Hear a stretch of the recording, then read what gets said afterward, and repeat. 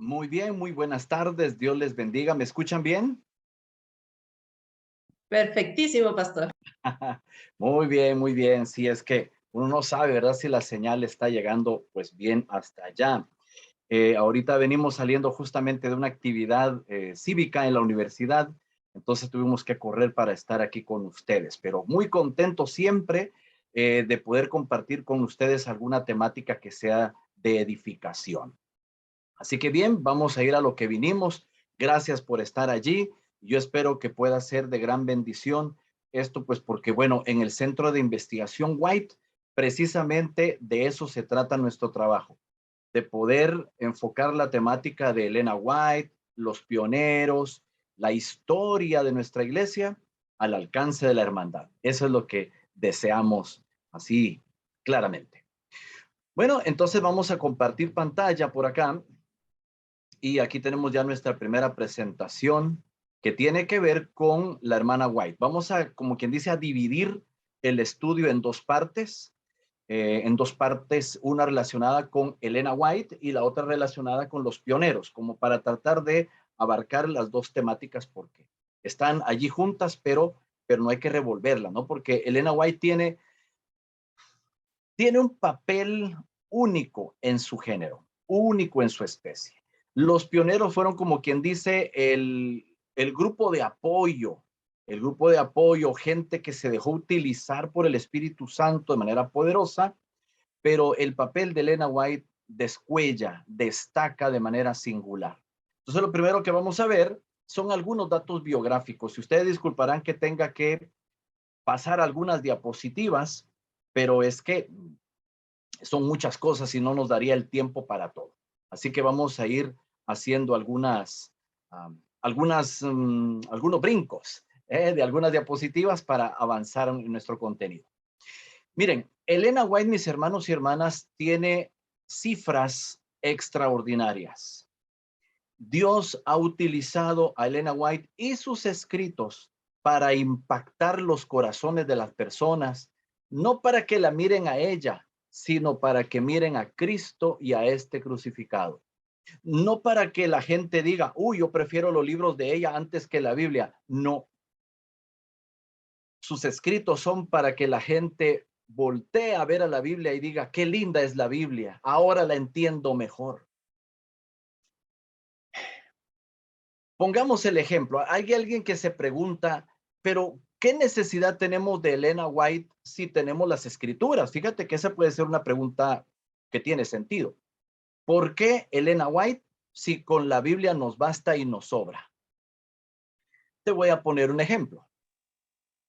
En los tiempos de Jesús, en los tiempos cuando Jesús incluso no había salido en su ministerio público, los judíos, el pueblo de Dios, el pueblo judío, tenía las santas escrituras a través del Antiguo Testamento.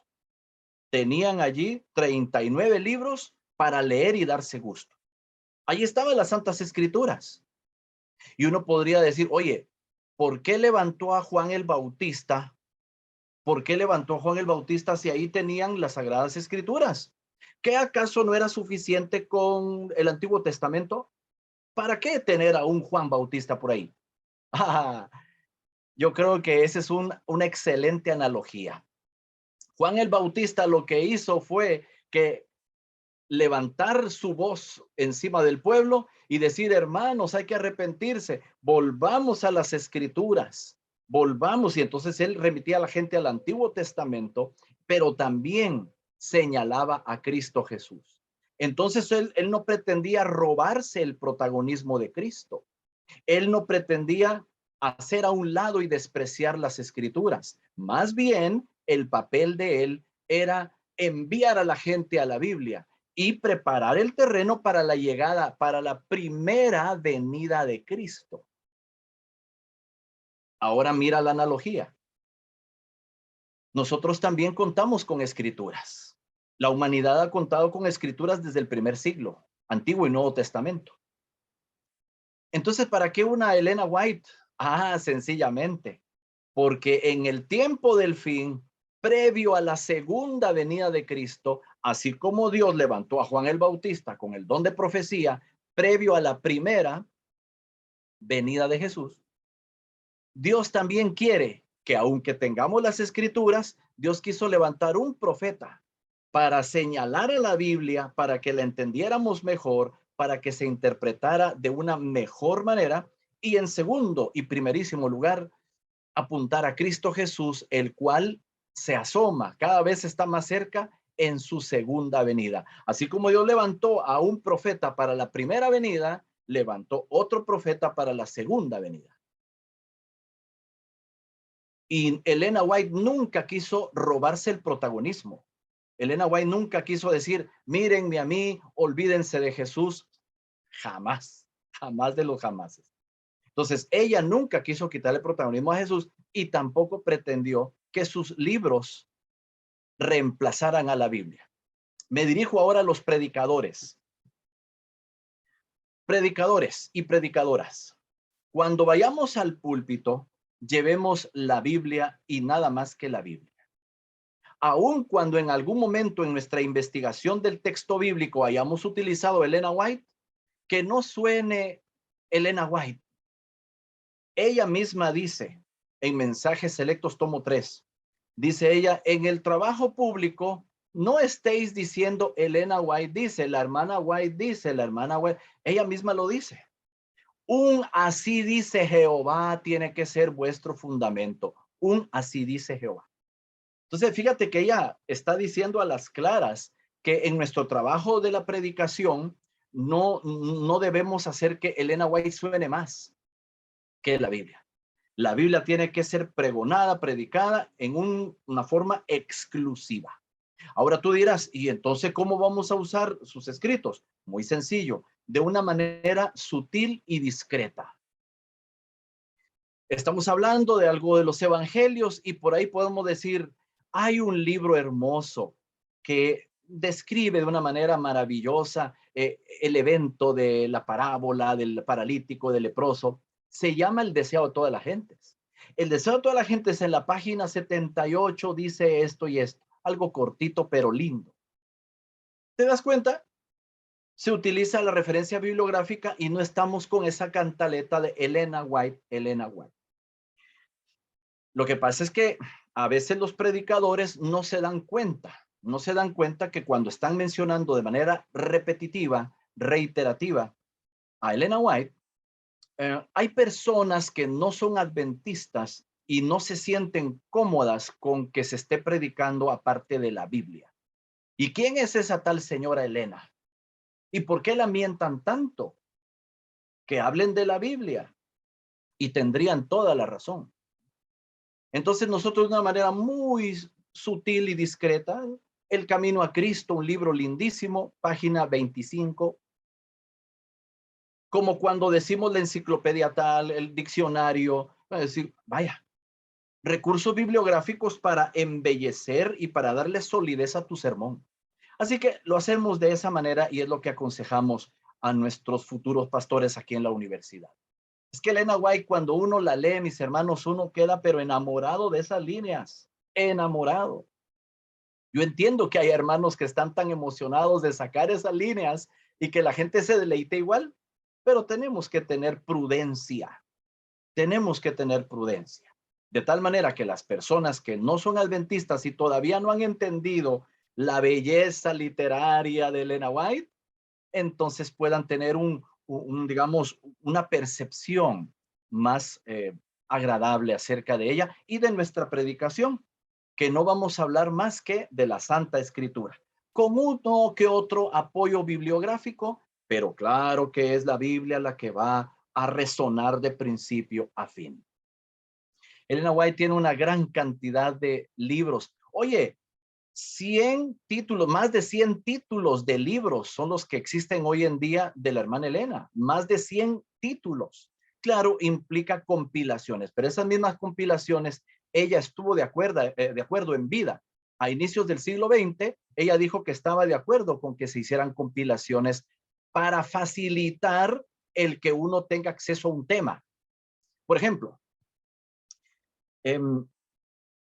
no había un libro que abordara, o sea, ella decía, ¿para qué voy a escribir un libro, un ejemplo, sobre el hogar y la familia, si ya a lo largo de toda mi vida he estado escribiendo así, en el transcurso de mis libros, he ido hablando acerca de la familia, pero montonones de citas. Entonces, ¿para qué me voy a poner a hacer un libro entero si recopiláramos ese montón de citas que están desperdigadas o distribuidas en tantos escritos, si se reunieran en un solo documento, la hermandad tendría más facilidad de acceder al tema del hogar y la familia en base a esa compilación? Una idea muy inteligente. ¿Para qué volver a escribir lo que ya está escrito? Lo único es que estaba así esparcido. Muy inteligentemente los fideicomisarios del White Estate, del patrimonio White, han venido desde el tiempo de ella haciendo compilaciones, para que tú no tengas que leer esas citas desperdigadas en todos sus libros. Imagínate cuándo terminarías. Y aquellos que no están traducidos al español. Entonces yo creo que hay que agradecerle a Dios que hay gente en el White Estate preocupada por mostrarnos, por andar, vaya, entresacando de todos los libros, de todos los artículos de Elena White, entresacando y compilando de un solo tema. Por ejemplo, acerca de los ángeles, ella escribió de los ángeles, así, esparcidos en un montón de artículos, un montón de libros. Alguien dijo, oye, ¿y qué tal si compilamos todo lo que Elena White dijo acerca de los ángeles? Excelente idea. Casi no nos ocupamos de ese tema, pero ella escribió bastante de ellos. Hay que darle su lugar a los ángeles también, que son agentes enviados por el cielo para asistirnos a nosotros. Entonces así salió el libro, La verdad acerca de los ángeles. Así salió el libro, La voz, su educación, su uso correcto. Aquel de mente, carácter, personalidad. Han sido compilaciones maravillosas. Pero bueno, hay tanto que haya escrito, 5,000 artículos para periódicos, 100,000 páginas. ¿Tú sabes qué son escribir 100,000 páginas? Yo recuerdo cuando estaba escribiendo mi tesis doctoral tuvo como 250 páginas, 250, hermano, pasé más de un año escribiendo eso, 250. ¿Y te imaginas que son 100,000? En computadora, no con tintero, en computadora, copiando y pegando cosas. Oye, con el montón de archivos PDFs y imagínate ella en su tiempo, a punta de tintero. Y eso había que enviarlo a los secretarios para que los secretarios lo revisaran, la ortografía, el pastor Jaime revisara la ortografía, ¿cómo se llama esto? La filología, y se cercioraran que estuviera listo para el público. Entonces, pero bueno, ella lo entregaba en papel así, escrito a mano. Los secretarios la pasaban en limpio y decían, ¿sabe qué, hermana? Esto no está bien escrito, hay que corregir. Acuérdate que ella se quedó en cuarto de primaria. Ella se quedó en cuarto de primaria. Pobrecita, tenía que tener un montón de errores ortográficos o de redacción. Ella no tuvo formación educacional así de alto nivel. Se quedó en cuarto primaria. Entonces era un trabajo doble porque los secretarios tenían que ir a revisarlo, lo taquigrafiaban, o sea, en máquina de escribir, se lo devolvían a ella para que ella lo revisara a ver si no le habían cambiado el sentido.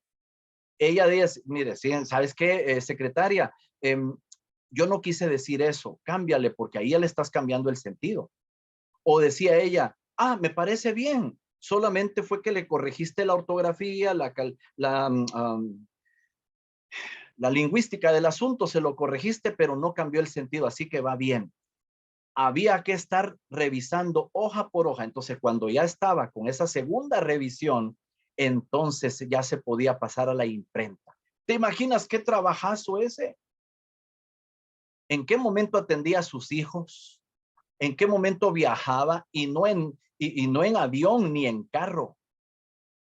Mientras iban sobre su carruaje tirado por caballos, ella iba pensando, meditando, iba leyendo de sus montones de libros. Tenía más de 800 volúmenes. Hay otro que dice que ha tenido más de 1,000 volúmenes en su biblioteca. Así que una hermana que leía bastante.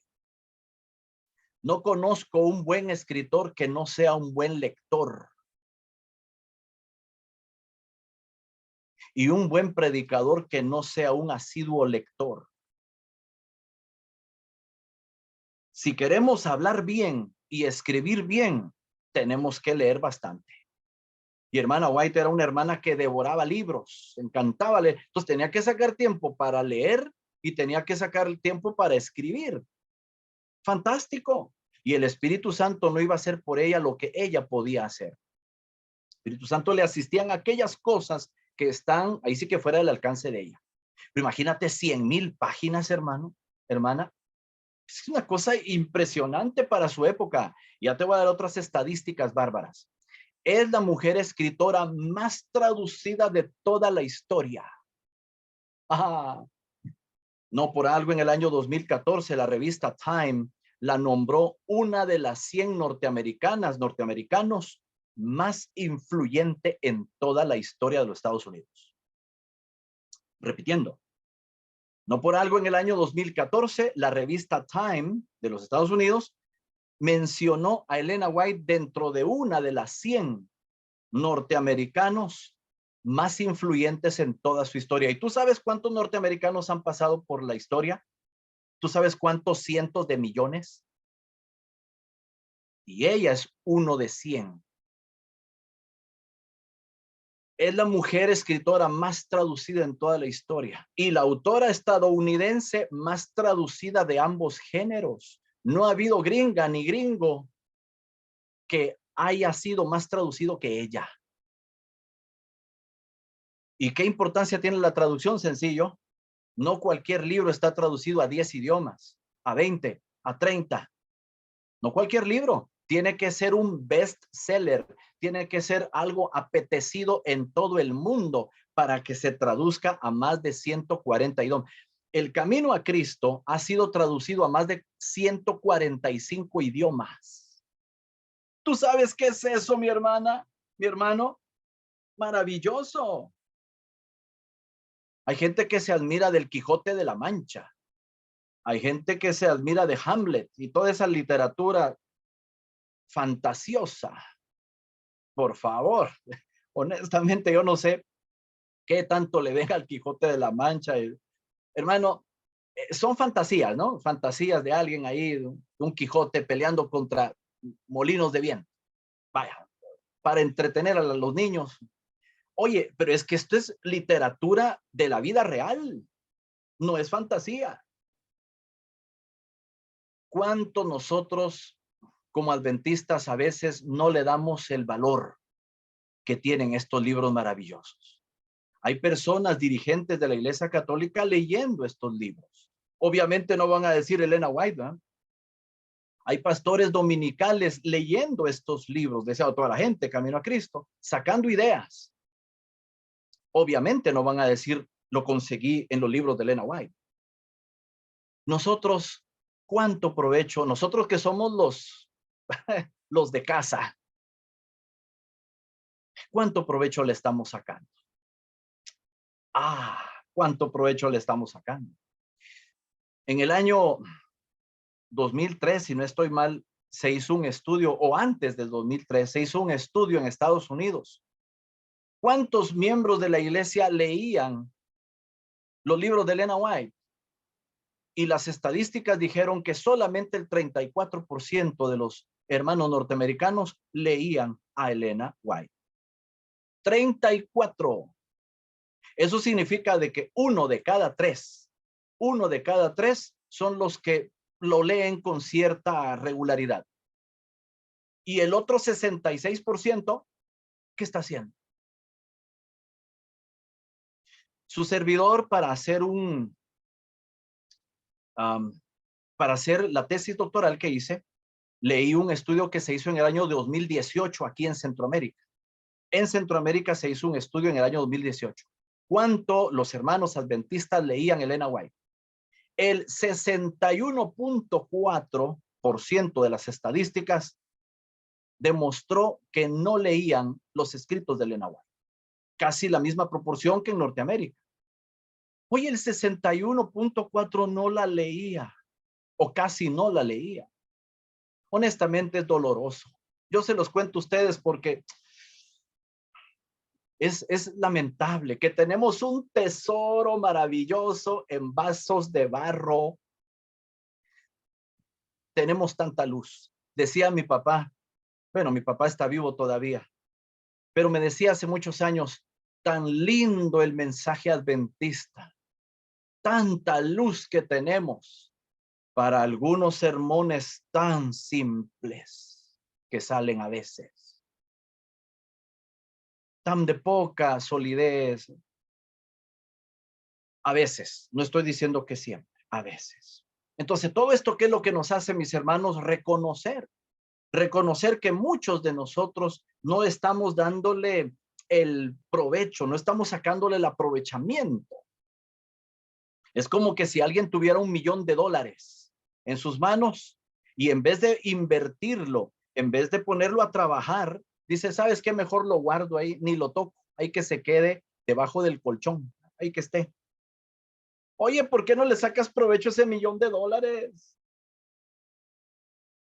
Hermanos, hermanas, tenemos tesoro en esos libros, el camino a Cristo, tenemos el deseo de todas las gentes, palabras de vida del gran maestro, discurso maestro de Jesucristo, primeros escritos, historia de la redención, patriarcas y profetas, profetas y reyes, el deseo de toda la gente, dijimos, hechos de los apóstoles, el conflicto de los siglos, etcétera, etcétera. Uf, distintos temas de lo que queramos. Queremos temas de interpretación bíblica. Ahí está la colección de 5 tomos del conflicto de los siglos. Educación, hay temas de la educación cristiana. Relaciones interpersonales. Evangelismo en las ciudades. Ir fuera de las ciudades. Profecía, ahí tienes eventos de los últimos días.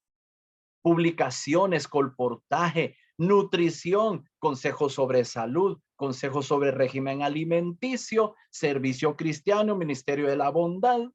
Uf. Si lo que alcanza, mi hermano, es falta de tiempo, no nos alcanza el tiempo para tanta belleza que tenemos. Consejos sobre mayordomía cristiana, ¿por qué no? Hay tanta belleza. Y mira, y los de nuestra generación con tanta tecnología, somos los que menos excusa tenemos. Porque hoy tenemos PDF, fíjate, antes los que somos de una generación alguito atrás, teníamos que depender solamente de los libritos rojos. Los libritos rojos eran nuestro único, como quien dice, hay que comprar libritos rojos, hay que ir a la agencia a comprar libros.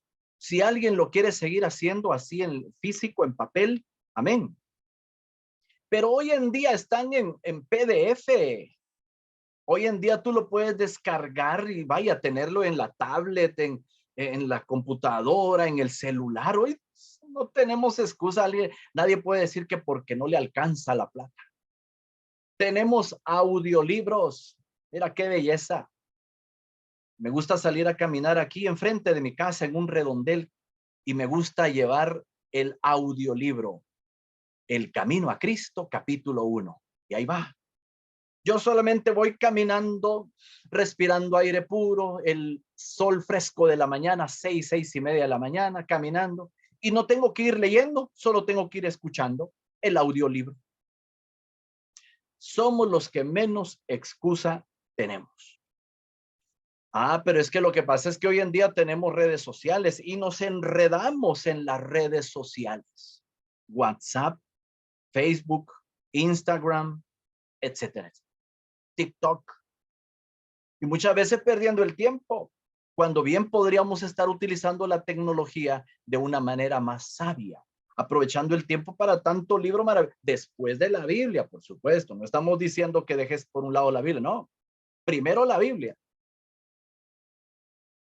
Y después ya tú puedes escoger la cantidad y la temática de libros, hacer la verdad acerca de los ángeles, mente, carácter y personalidad, mensajes para los jóvenes, cartas a jóvenes enamorados.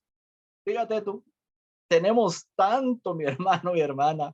Honestamente, es que de veras, más de 140 idiomas, el camino a Cristo. ¡Ay, qué tanta belleza!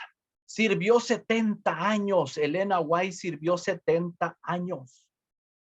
Este servidor lleva 30 años de estar en el ministerio. Y a veces estoy haciendo cuentas ya cuánto me falta para jubilarme, haciendo ya la cuenta regresiva.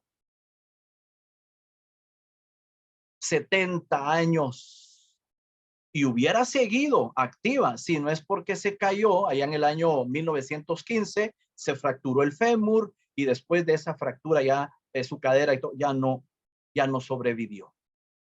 Pero 70 años desde los 17. Desde los 17 fue madre a los 21 años. Antes de los 21 años yo era madre, ya era madre, imagínate.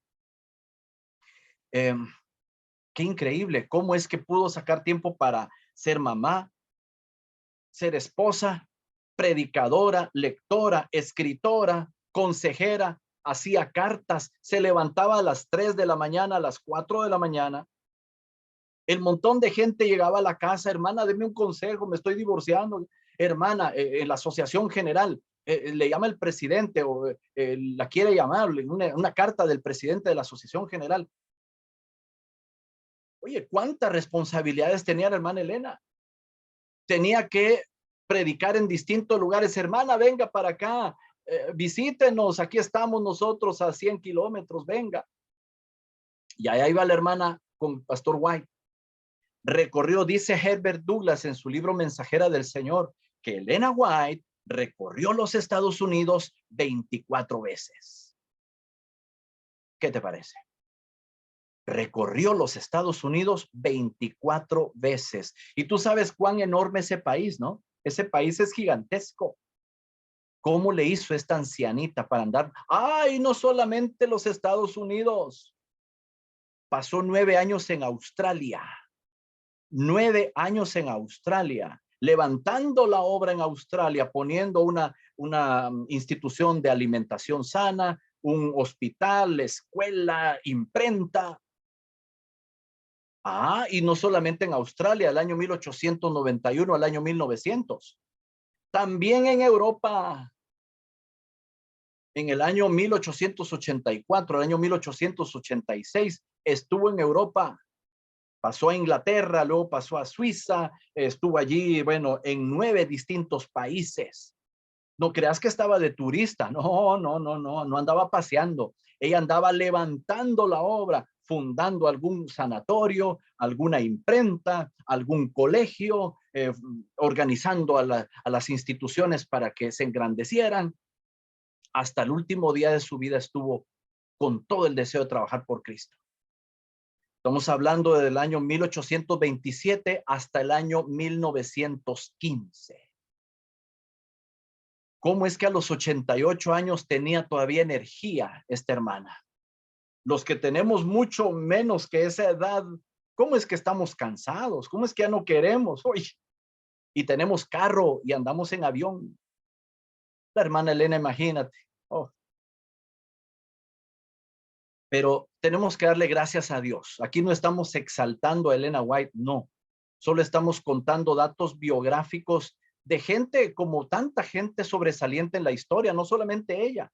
Los pioneros también hicieron grandes cosas para Dios. Y si ellos lo pudieron hacer, si Elena White lo pudo hacer con 4º año de primaria, nosotros que tenemos licenciatura, maestría, que tenemos un cierto nivel económico, qué sé yo, mejor que ella, pues oye.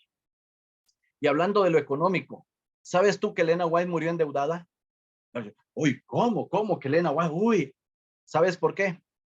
Porque ella cuando decía ese terreno que sea, comprémoslo, hermano, comprémoslo para levantar un colegio, ahí está bonito, mire cuánto terreno para sembrar. Ay, hermana Elena, pero está carísimo. Hagamos una recolecta entre todos. Yo soy la primera en endeudarme para que lo compremos. El actual terreno donde está Loma Linda University, allá en California, no había agua. Pusieron a un tipo a escarbar ahí, escarbar. El señor dice debajo, no hay agua, aquí no hay nada. Sígale, sígale, hermana Elena, sígale, yo sé que va a encontrar. Y seguía el tipo, no hay nada, aquí está todo esto seco, no hay nada. Sígale, sígale. Seguía.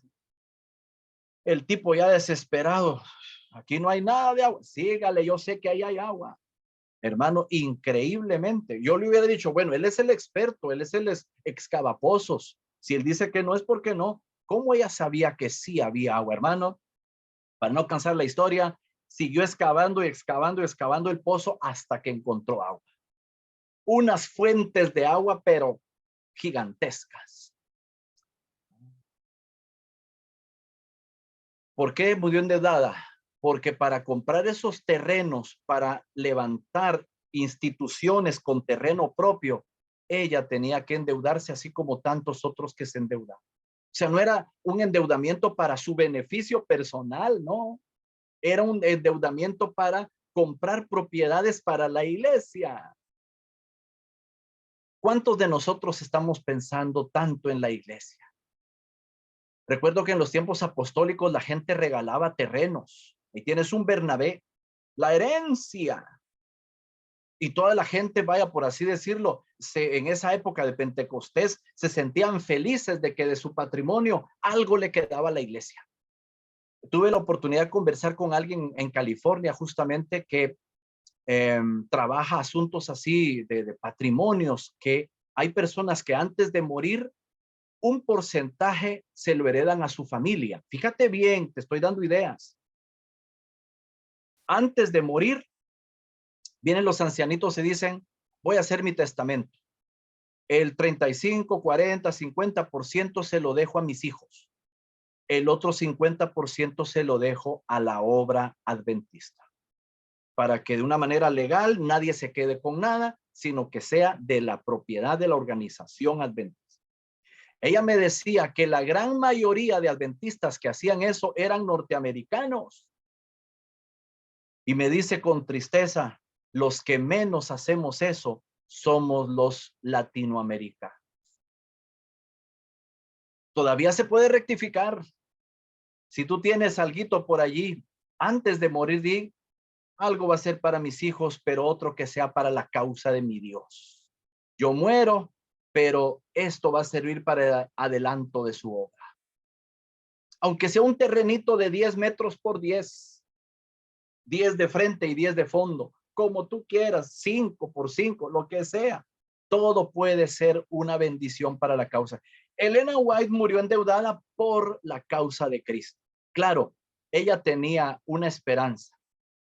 Aun cuando yo muera, mis libros van a seguir generando ganancias. Con la venta de mis libros, paguen esas deudas. Y efectivamente fue lo que pasó. Cuando ella murió, los del patrimonio White se encargaron de pagar hasta el último centavo de lo que ella debía con las mismas ganancias de su libro. Mis hermanos, el que quiere puede, el que quiere. Bueno, yo creo que estamos haciendo ya un corte aquí para pasar con los pioneros. Ya te dije algunas cosas sobre Elena White, pero creo que podemos hacer un corte. Y si hubiera alguna aportación, consulta, algo relacionado con el ministerio maravilloso de Elena White, cómo ella se entregó en vida a la causa de Cristo, cómo su ministerio como profeta, escritora, a grandes rasgos. Si quisieran alguien decir algo, pues también podemos hacerlo en lo que hacemos el traslape con la otra presentación. No sé si hay alguien que quisiera agregar algo, preguntar algo sobre el tema que hemos dado. Pastor, buenas noches. Buenas noches. Preguntar que también se puede decir, en vez de estar diciendo Elena de White, se puede decir el espíritu de profecía también. Solo eso no. Bueno, a veces utilizamos esa terminología así un poco. Yo sé que entendemos, los adventistas entendemos el espíritu de profecía, entendemos perfectamente. Pero quizás en nuestras iglesias hay visitas y no van a entender qué es la pluma inspirada. ¿Que hay alguna pluma que esté inspirada? ¿Alguna pluma que esté inspirada? ¿Cómo es eso? ¿Qué es espíritu de profecía? Entonces puede ocasionar cierta, ¿cómo decir? cierta inquietud, dejar en el misterio qué significan esas frases que para nosotros son conocidísimas, pero para ellos no. Así que bueno, yo creo que lo más fácil, porque uno tiene que utilizar en el púlpito la terminología más fácil, que hasta la gente no adventista pueda entender. Entonces, si nosotros decimos, hay un libro, hay una colección de libros maravillosos que nos ayudan a entender los evangelios, se llama El deseo de toda la gente. Vieran qué belleza, se lo recomiendo. Ese librito, El deseo de toda la gente, en la página 66 dice lo siguiente, apoyando, ampliando lo que dice aquí el evangelio tal. Entonces, al menos yo en lo personal prefiero eso, pero ahí lo dejo a discreción de ustedes, cómo les parece mejor. Pero gracias por la intervención. ¿Habrá alguien más? Sí, Paz, yo quería decir algo, Sí. porque usted hablaba de Elena de White que nos lleva a la Biblia y es así, ¿no? Pero a mí me gusta leer Elena de White porque me conduce a Cristo. Amén. Y esa es una de las cosas más hermosas que uno puede experimentar, ¿no? Porque realmente ella nunca se ensalza, jamás habla de ella, sino que conduce a Cristo. Entonces, ella es una profetisa que nos conduce a Cristo. Gracias, pastor. Amén, totalmente de acuerdo, hermana. Me recuerda a Juan el Bautista, cuando él decía, yo soy solamente el amigo del esposo. El esposo es él, búsquenlo a él. He ahí el Cordero de Dios que quita el pecado del mundo, Juan 1:29. Es él, yo no. No, olvídense. Yo no soy digno ni siquiera de desatarle las sandalias, pero ni de eso soy digno yo. Estoy seguro que Elena White pensaba lo mismo. Yo no soy nadie aquí, yo soy solamente un instrumento en sus manos. Así que ella nos conduce a Cristo y a este crucificado, definitivamente. De hecho, en el estudio que se hizo en Andrews University sobre el efecto que tenían los que leían a Elena White, uno de los efectos que tiene la lectura de Elena White es que las personas que leen sus libros aman más a Jesús. Su comunión es más intensa. Son más dados a compartir el evangelio de Jesús. Son más dados a soltar donaciones para la causa de Jesús. Así que eso ni hablar, ahí hasta la estadística lo demuestra. Bueno, parece que no hay nadie más. Si no, pasamos a la segunda parte y final. Ok, vamos entonces a la segunda parte y final que tenemos por acá. Gracias por estar allí, mis hermanos y hermanas. La verdad es que hay tanto que decir sobre este tema. Déjame ver. Parece que no estoy compartiendo todavía. Bueno, vamos a ver de nuevo. Ajá. Aquí está. Ahora sí creo que está ya identificada. Ups, no. Sigue saliendo la que no es. Déjame ver, vamos a ver si quitamos ya esta del grupo para que salga la correcta. Bien, déjame ver. Vamos a compartir pantalla. Otra vez acá. Ahora sí creo que ahí está el asunto. Bueno, como decía, muy bien, ahí estamos. Eso, con ánimo para la segunda parte y final, mis hermanos. Ya vamos a terminar. Yo no he sentido el tiempo, no sé ustedes.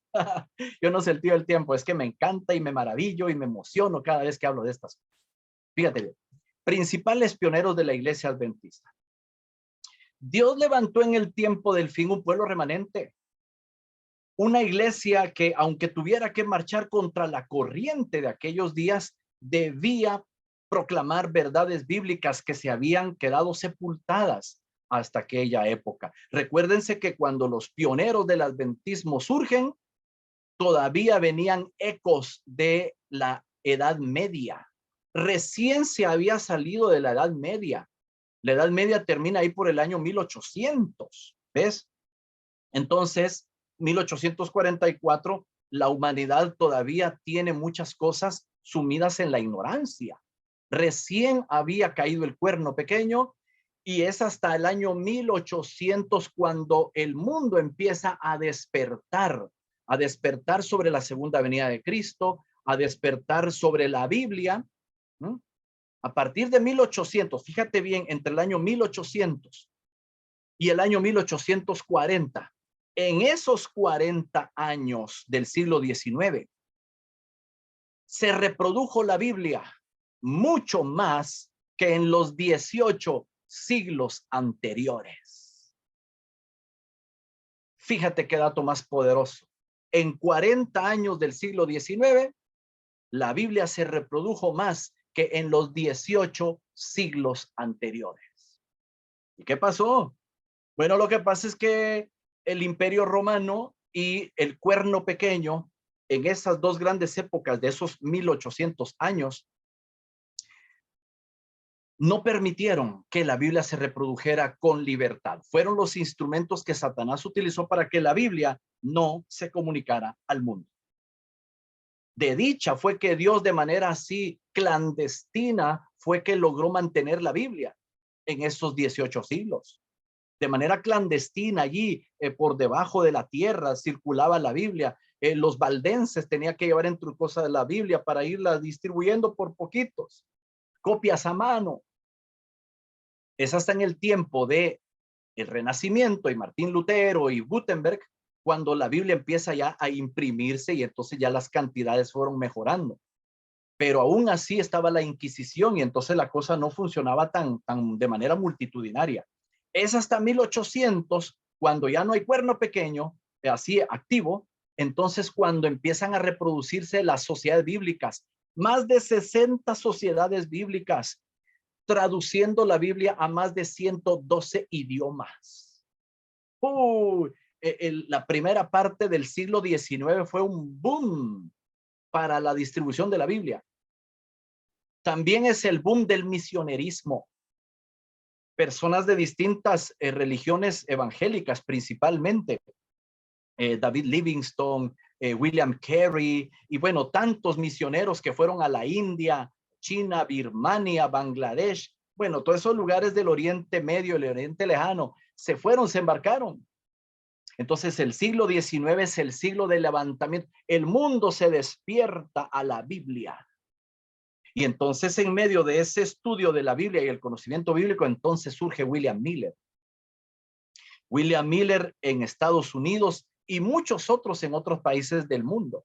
En Alemania, en Inglaterra, en Holanda, en España, en Sudamérica, allá por Chile aproximadamente, con tantos otros eruditos que emigraron de Europa a Chile.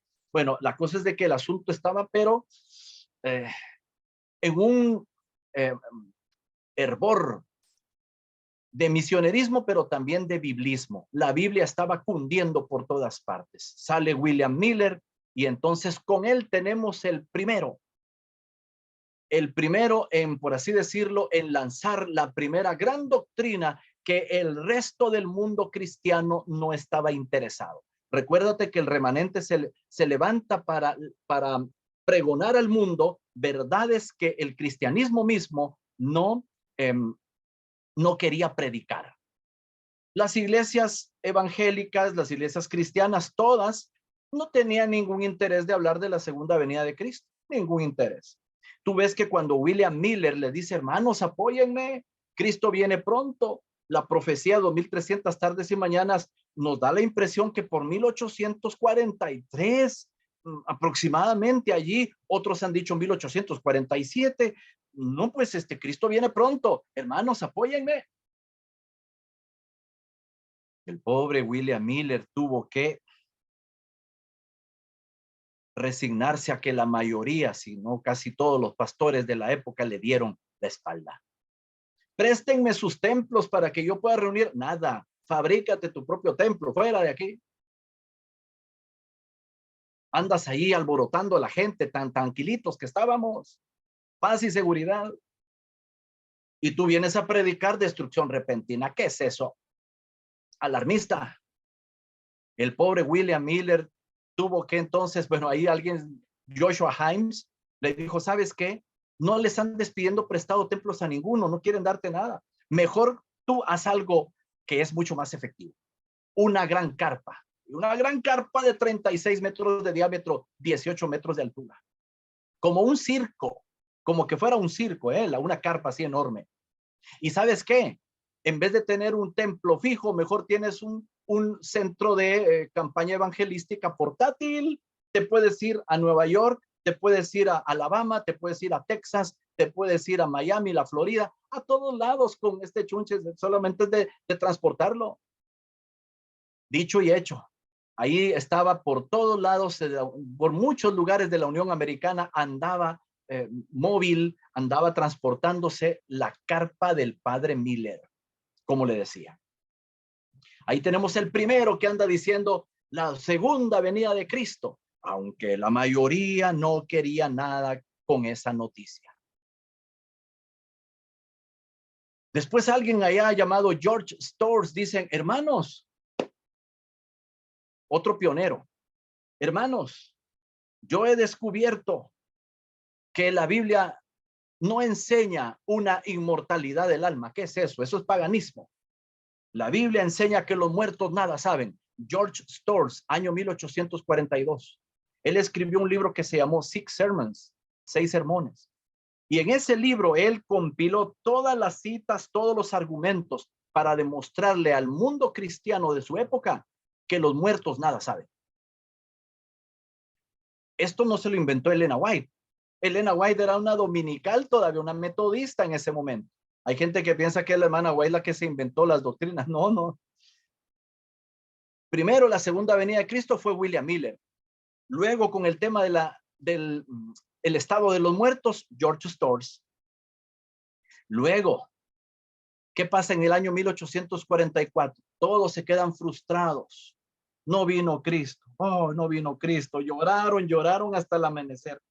Pero un hombre, un pionero llamado Hiram Edson, dijo, hermanos, yo estoy preocupado porque después de este chasco la mayoría se fue. Dicen las estadísticas que entre 50,000 y 80,000 personas en Estados Unidos se declararon mileritas. Pero después del 22 de octubre, al amanecer el 22 de octubre, no habían pero ni 150. La gran mayoría se fue, muchos se fueron al mundo secular, dijeron, bueno, vino Cristo, vámonos a celebrar a la cantina, vamos. Otros dijeron, no, pues no, tampoco se trata de irse a la vida secular, no. Regresemos a la iglesia de donde salimos. Nos olvidamos de lo milerita y nos regresamos a la metodista, bautista, conexión cristiana, bla, bla. Regresamos a nuestra iglesia dominical. Unos regresaron al mundo, otros regresaron a su iglesia dominical, pero hubo otros que regresaron a la Biblia. Esos que regresaron a la Biblia eran como 150, un grupitos por ahí esparcidos. Fueron los únicos que dijeron, nosotros no nos vamos, nos quedamos a ver qué fue lo que pasó, en qué nos equivocamos. Hiram Edson dijo, ya muchos se fueron, yo voy a ponerme a visitar, hermano Crozier, acompáñeme. Voy a ir a visitar a los hermanos que yo pueda, yo conozca, para que no apostaten, para que no nos abandonen, no abandonen el grupo. Y el hermano Hiram Edson, el 23 de octubre andaba allí tocando puertas, reuniéndose en granero. La gente se burlaba de ellos. Hey, ¿qué pasó? Los dejó el tren. Yeah. Y no que se iban a ir al cielo. La gente hacía escarnio, burla, bullying. Algunos ya ni se querían atrever a salir a la calle. Se van a burlar de mí, yo no quiero. Se metían en su casa y no salían. Se encerraban en graneros a orar. Señor, ¿en qué nos equivocamos? Ese día, 23 de octubre, Hiram Edson, no Elena White, Hiram Edson iba pasando con el hermano Crozier por un maizal. Muchos de ustedes ya conocen la historia. Y el hermano Hiram Edson se queda parado y dice, se queda viendo así para arriba y se queda callado. El hermano Crozier le dice, hermano Hiram, ¿qué le pasa? Hermano Hiram, ¿qué le pasa? ¿Que se siente bien, güey? El hermano Hiram estaba arrobado. No sabemos qué tipo de experiencia fue. Algunos piensan que fue una visión, otros fue que piensan que fue un luzazo en el cual se le iluminó y Dios lo impresionó con algo en su mente. No sabemos con exactitud, pero dice él, a mí me pareció que yo tenía el cielo abierto y miré con claridad que Jesús pasaba del lugar santo del santuario celestial al lugar santísimo. Entonces viene una tercera doctrina que otro pionero pone a disposición y al estudio bíblico: el santuario celestial. Santuario celestial. Tercera doctrina que empiezan a descubrir, se meten en la Biblia, en el libro de Números, en Levítico, a investigar, en el libro de Hebreos, capítulos 8 y 9. Y entonces empieza toda una búsqueda de qué es eso de un santuario celestial. No se creyeron solo porque Ira Metson lo dijo. Lo que Ira Metson dijo fue, como quien dice, el detonante y el trampolín para lanzarse a la Biblia, a ver qué decía la Biblia. Si la Biblia lo confirmaba, entonces lo creían. Si no, no. Tercera doctrina. Cuarta. Pasaron unas semanas y hay 4 muchachas orando en una casa. Encuentra una jovencita llamada Elena Harmon, una muchachita enferma que se caía, se desmayaba, con dolores de cabeza, una enfermita, pero enferma. Y estaban orando. Hace poquitas semanas habían pasado por el chasco y ellas sentían que para no perder la fe tenían que orar y hacer sesiones de oración.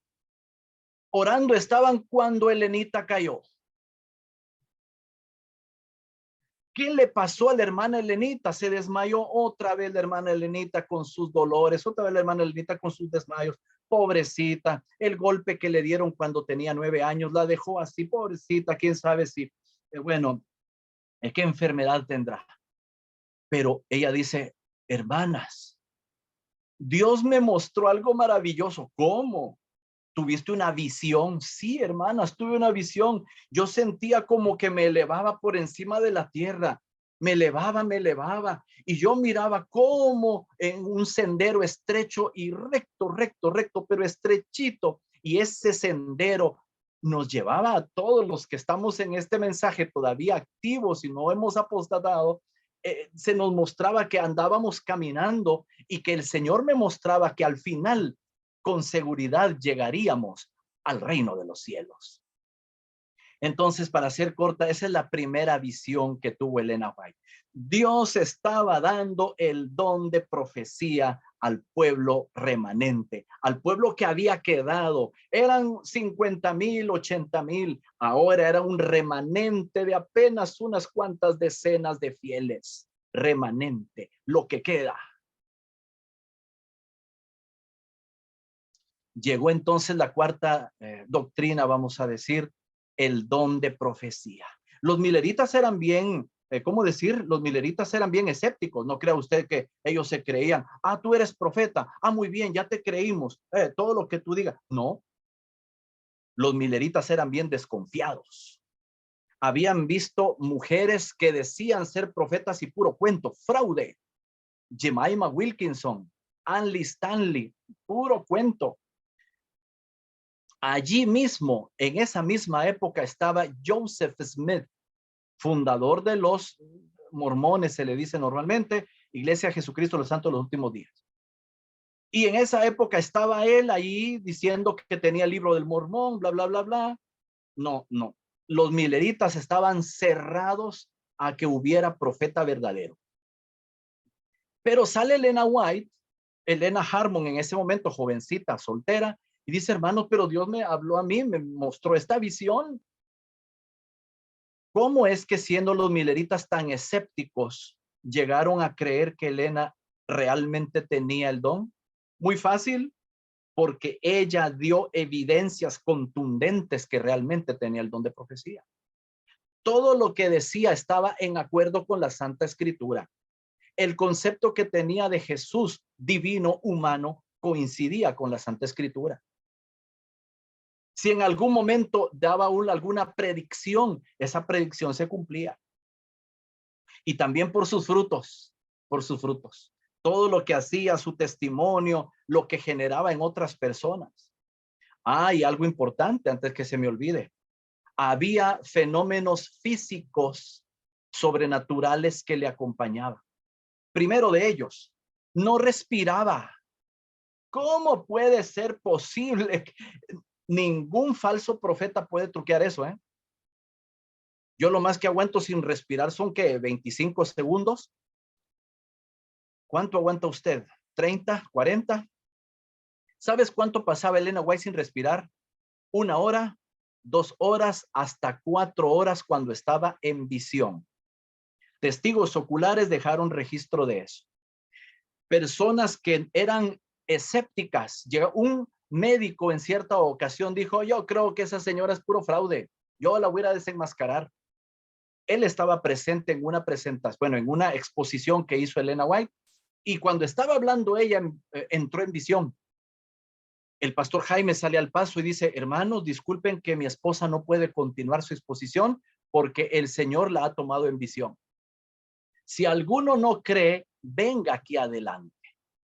Había gente que le ponía espejitos para ver si el espejito se nublaba. No se nublaba el espejo. Le ponían alguna velita para ver si la velita se movía con el respiro de ella. Nada. El médico dijo, bueno, yo voy a ir a inspeccionar a esa señora. Vamos a desenmascarar. Llegó, le tomó el pulso, se dio cuenta que sí tenía pulso. Le tocó aquí el corazón, el área del corazón. El corazón bombeaba normalmente como cualquier corazón. Pero en su nariz no había respiración. Y el médico dice, señor White, su esposa está bien de los latidos del corazón, está bien del pulso, pero no tiene aliento. A ver, médico, entonces, ¿qué es? ¿Es fraude o qué? Yo no sé, solo Dios sabe. Dijo estas palabras y se fue. Otro escéptico de origen francés, de apellido Bourdeau, llegó y dijo, esa señora es puro cuento, es puro fraude. El pastor Jaime nuevamente dijo, los que quieran, porque nuevamente ella entró en visión, los que quieran vengan aquí. Ella en público entraba en visión. No era como algunos que solo entran en visión cuando nadie los ve. ¡Ah! Ella entraba en visión cuando todo el mundo la podía ver e inspeccionar. Hasta la gente escéptica. Y dijo el muchacho, yo quiero pasar adelante. A ver, vamos a ver. Esta señora, yo no creo, así nomás. Pero es la mente europea, es bien escéptica. Muchos. Llegó y dijo, a ver, pastor Jaime, ¿me da permiso? Adelante, caballero. Adelante. Le tapó la nariz y la boca. Vamos a ver si es cierto. Ahorita ya va a estar ahí. Le vamos a tapar la nariz y la boca. 10 minutos aguantó él con la nariz apretada y la boca de ella apretada. Después de 10 minutos dijo, esta señora realmente no está respirando. Y la hermana Elena de pie con sus ojos abiertos, contemplando una visión, con sus latidos del corazón, con su pulso, todo normal. Aparte del día cuando levantó una Biblia de 18 libras y media durante media hora, y había personas incluso escépticas que no creían en ella presentes. Y ellos presenciaron cuando ella levantó esa Biblia pesadísima. Nosotros en el centro de investigación tenemos una réplica pesada y yo pongo a que la gente aguante, soporte esa Biblia. A todos se les viene abajo la Biblia con las dos manos. Personas fuertes, altas. ¿Cómo le hizo Elena? No medía más de 1,57 y no pesaba más de 100 libras. ¿Cómo le hizo? Media hora, sí. Y los textos que iba buscando los iba pasando y ponía el dedo sin ver y justamente el versículo se encontraba allí. Podríamos decir muchas cosas más, pero ya para ir terminando, mis queridos hermanos y hermanas, allí tienes tú la cuarta doctrina que llega a quedarse en el grupo milerita. Los mileritas dicen, la hermana Elena ha dado suficiente evidencia de que algo sobrenatural la acompaña. Y entonces el don de profecía llega y se queda. Pero faltaba otra y hay otras más, pero por el tiempo ya no sigo. En el año 1846, Elena Harmon y Jaime White, de procedencia dominical, estaban a punto de casarse. Los dos venían de procedencia metodista. uno metodista, el otro bautista, o de Conexión Cristiana, era el pastor Jaime, los dos dominicales. Joseph Bates, el capitán Bates, nota que en ningún momento mencionaba a Elena White como que la que origina, aparte del don de profecía, no, ella no origina otras doctrinas. Son los pioneros los que están diciendo, Joseph Bates visita al pastor Jaime y a la hermana Elena y le dice, pastor Jaime, hermana Elena, yo he descubierto en la Biblia que el sábado es el día del Señor.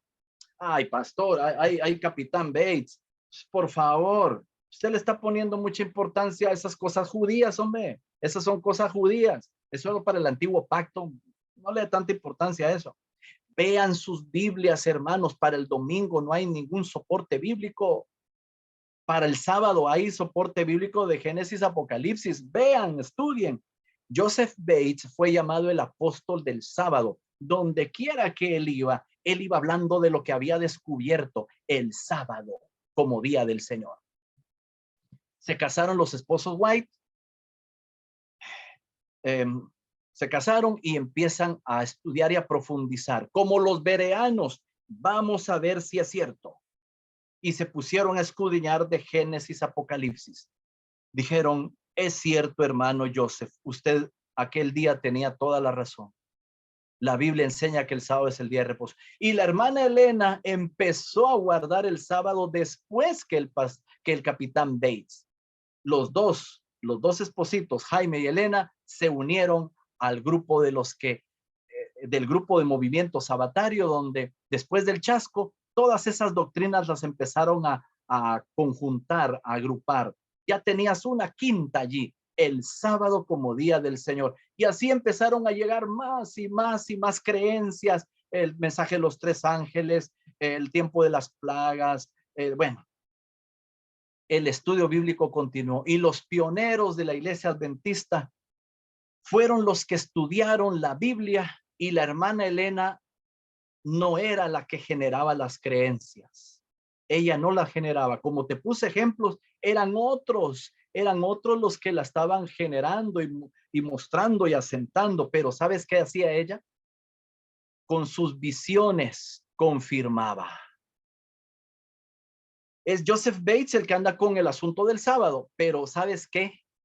Elena White dice, hermanos, Dios me llevó en visión al santuario celestial y yo vi el arca del pacto y vi las tablas de la ley y sobre el cuarto mandamiento una luz que fulguraba que los otros no tenían. El sábado en el santuario celestial sigue siendo, es el día del Señor.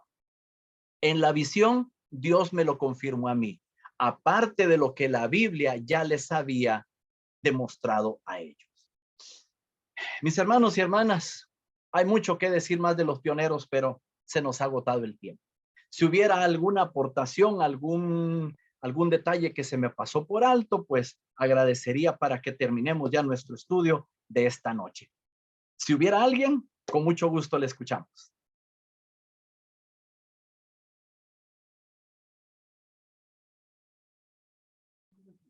Pastor, solo una consulta. Bueno, respecto a Jones y Waggoner, ellos, bueno, tuvieron ese protagonismo en 1888, pero finalmente ellos, de lo que sé, apostataron de la fe y no terminaron su vida dentro de las filas de iglesia. Es así, ¿verdad? Efectivamente, hermano, no todos los pioneros terminaron bien. Incluso allí agregamos a John Harvey Kellogg, que fue el gran genio de la medicina de la época. El gran genio de la medicina, definitivamente. Un inventor bárbaro. Pero también tenemos a Alonzo T. Jones y también a Elliot Waggoner, quienes después de haber sido estos dos últimos, los grandes pioneros de la justificación por la fe en el año 1888, después lamentablemente cayeron los dos, siendo hombres brillantes, los dos lamentablemente cayeron en pecados así, pues bueno, de faltas morales y otras cosas allí, ideología contraria a lo de Elena White. Y al igual que John Harvey Kellogg, pues terminaron fuera de la iglesia. De hecho, John Harvey Kellogg fue desfraternizado por panteísmo, por simpatizar con el panteísmo, por desacatar tantas cosas de la filosofía adventista, se independizó y bueno, lástima, siempre ha habido gente que termina fuera de la iglesia. Y los pioneros, entre los pioneros, hubo algunos por allí que pues lamentablemente también pasaron por esa situación. Pastor, una pregunta. A mí me gusta mucho leer Haskell, pero hay muy pocos libros en español. Fuera de Cristo, ¿cómo es? Había un libro que me gustó muchísimo de La sombra y su cruz. ¿Hay algunos otros libros en español, porfa, que nos pueda ayudar con los nombres? De S.N. Haskell. Sí, señora. Sí, perdón, sí, señor. Bueno, la verdad es que S.N. Haskell, bueno, yo he visto libros que se dedican totalmente a su biografía en inglés. Tal vez en español, como no es uno de los principalísimos pioneros así bárbaros, tal vez no vende mucho en español. Tú sabes que cuando es para traducir al español es porque tiene que ser un libro muy vendible, muy rentable. Entonces, como que no, los libros que nos hablan de él así de paso son libros de historia denominacional, como por ejemplo Portadores de Luz. Portadores de Luz me gusta porque está en español, es relativamente reciente y tiene una sección, un par de columnas ahí dedicadas a la obra misionológica, porque para eso fue bárbaro. Asociación misionera, tratados misioneros, o sea, para eso fue bárbaro S.N. Haskell. De hecho, yo no sé si ustedes sabían ese dato, pero S.N. Haskell fue el único que le propuso matrimonio a Elena después que ella enviudó. Ella enviudó, bla, bla, bla, y en una de esas le dice, hermana Elena, a mí me gustaría casarme con usted. ¿Qué dice? Y la hermana Elena dice, oh, hermano, yo no tengo intenciones de volver a contraer matrimonio. No, yo quiero dedicar el resto de mi vida al ministerio profético. Mis libros dicen Elena White, no puede ser que ahora los otros libros digan Elena Haskell. No. Aparte, pero mire, hermana Elena, yo quiero cuidarle a usted en sus años ya dorados. No se preocupe, hermano Haskell. Mi hijo William, él se hace cargo de mí, así que descuide usted. Más bien, en otro momento, en visión, no sé si fue sueño o visión, donde a ella se le mostró la pareja más indicada para S.N. Haskell. Y entonces, él, cuando supo eso, buscó a la muchacha que se le refirió y terminó casándose con esa hermana. O sea, la hermana Elena por lo menos le ayudó a buscar y a encontrar la pareja que él andaba buscando. Y mira qué cosa, ¿no? Y se le mostró, pues, pobrecito, él tenía deseos de vaya, tener pareja al final de sus días, pero no fue dejado sin compañía. Dios proveyó. No era hermana Elena, pero sí otra persona y ahí terminó contento S.N. Haskell. Nada egoísta la hermana White. Sí, por supuesto que no. Ella dijo, en mi caso no puedo, pero ahí hay otras muchachas que sí están más vacantes, ¿no? Bueno. No sé si llegamos al final, mi querido hermano Jacobo o alguien que esté al cargo. Yo estoy por acá ya finalizando. No quiero quitarles más tiempo del que ya hemos tomado. Muy rico, pastor. Delicioso el tiempo que hemos pasado con usted. Que el Gloria a Señor Dios. lo bendiga y lo guarde. Amén. Igualmente, mi hermana, Dios le bendiga y a todos ustedes también que están allí. Sí, gracias. Muchas gracias. Con mucho gusto. Bueno, la hermana que estaba a cargo de la dirección creo que ya salió de la sala, entonces no sé si usted nos puede ayudar con la oración final, estimado pastor. Con mucho gusto. Claro que sí. Vamos a orar. Bendito Padre, gracias Señor. Gracias por tu luz, por esa luz tan abundante que nos has dado. Nos has dado una luz mayor en la Santa Escritura, pero también nos has dado una luz menor a través de los libros del Espíritu de Profecía. Padre, con tanta luz, no puede ser que estemos por momentos en la penumbra, no puede ser. Recuérdanos día tras día esa luz mayor, pero también recuérdanos esa luz menor que nos ayuda a conocer más a Jesús, a amar más a Cristo, a entenderlo mejor, a profundizar más y entender más su palabra, a llevar una vida cristiana con un pendiente más específico de cada aspecto de nuestra vida. Bendice a mis hermanos en la iglesia que me están escuchando. Bendíceles a cada uno en su familia, su trabajo, su salud, sus seres queridos, Padre. Y que juntos nos preparemos cada día de manera más intensa para el pronto regreso de tu Hijo amado Jesús. Danos tu Santo Espíritu. Ayúdanos a producir ese fruto que solo se logra estando y permaneciendo en Cristo. Danos una noche reparadora y mañana siempre contar con tu bendición. Lo hemos pedido sin merecerlo, solamente por los méritos del Señor Jesús. Amén y amén. Muchas gracias.